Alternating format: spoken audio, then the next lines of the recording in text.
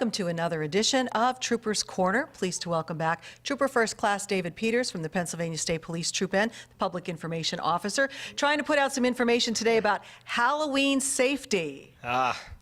Big topic, a lot of, time, kids in the roadway, things like that. But, you want to remain aware, especially not just the 30th of October, but also the 31st for kids in that area. It's an exciting time for young people. We're going to go door to door, they get dressed in their favorite character, and they get free candy. I mean, who can go wrong with free candy? But we ask those individuals that are going out trick-or-treating, and, obviously children have adult supervision. Don't be darting in and out of cars. Stay on the sidewalk and use safe places to cross. Wear reflective clothing, as well as possibly a flashlight or some type of glow stick.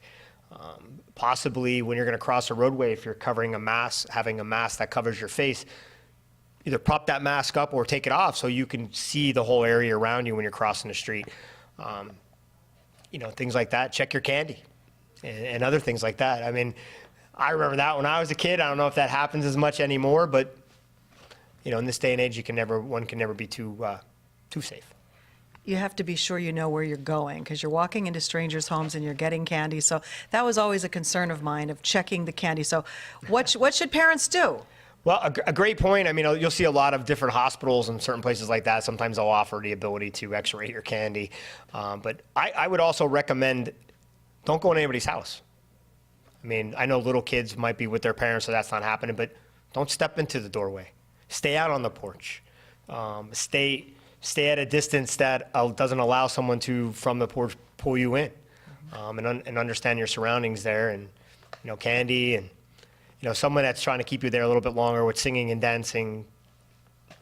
Just be aware of your surroundings if you are out trick-or-treating. And we're seeing a lot of communities now doing these trunk or treats. So that, I think, a lot of times in the daylight, so it's not at night, and then it's with like the city of Hazleton had one last year, the Hazleton Police Department, where they were handing out the treats over in the giant parking lot. So something like that, a safer environment for kids. Sure, a lot of communities that do that. I mean, you might even see the same concept in developments, where all the folks get together from that development and maybe surrounding development and come together, which would cut down on the ability for kids to walk in the streets with traffic and things like that. It's a much more safer and, I think, trusted environment. And I agree, a lot of community organizations around Halloween have come together with that trunk or treat type of an event for a safer environment for kids to come out, not at night, as well as, just like I said, a safer environment.